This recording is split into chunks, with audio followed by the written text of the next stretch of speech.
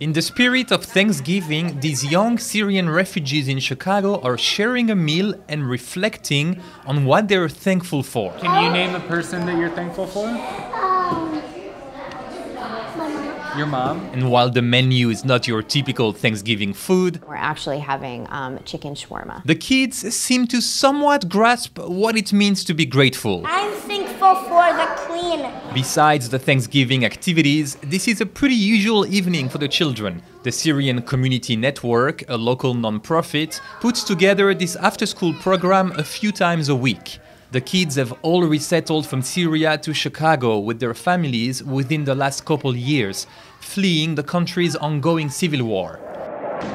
That 7-year war has killed hundreds of thousands and displaced nearly 13 million people. At the peak of the resettlement program in 2016, the US accepted more than 15,000 Syrian refugees. That number dropped to 3,000 in 2017, and so far in 2018, only 37 Syrian refugees have entered the country. That's in line with President Donald Trump's efforts to scale back refugee programs in the name of national security. We've taken decisive action to keep radical Islamic terrorists out of our country. Syria is also one of 7 countries included in the US controversial travel ban. As a result, the Syrian Community Network has shifted its focus away from welcoming refugees and toward empowering the already established community. To have students next to you that share some of the challenges in terms of what it means to translate constantly and kind of learn through the lens of being a Syrian student in Chicago, I think that friendship and that connection is really, really powerful in learning as well. Emily Kane is the program's leader. She sets up different stations where small groups of children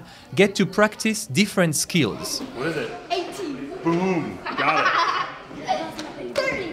Boom. We do a lot of homework support. We do some English practice, so we might do some phonics activities, some math activities.